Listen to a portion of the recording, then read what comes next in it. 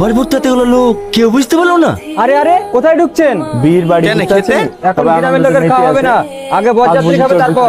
তোর এত বড় সাহস, তুই আমাকে আটকাস? তুই জানিস আমি কে?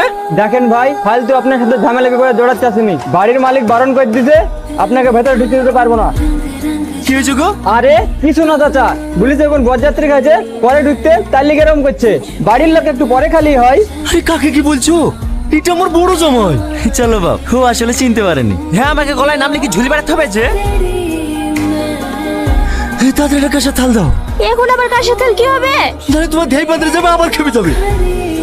পেয়ে গেছি। লেন ভাই, আর একটু মাংস লেন। আরে না না, আমি আর খেতে পারবো না। আরে বাপ, খাও খাও, লজ্জা করো না। আমার পাতার দিকে একটু তাকায়েন। ডাক্তার আমাকে মাংস খেতে বারণ করেনি।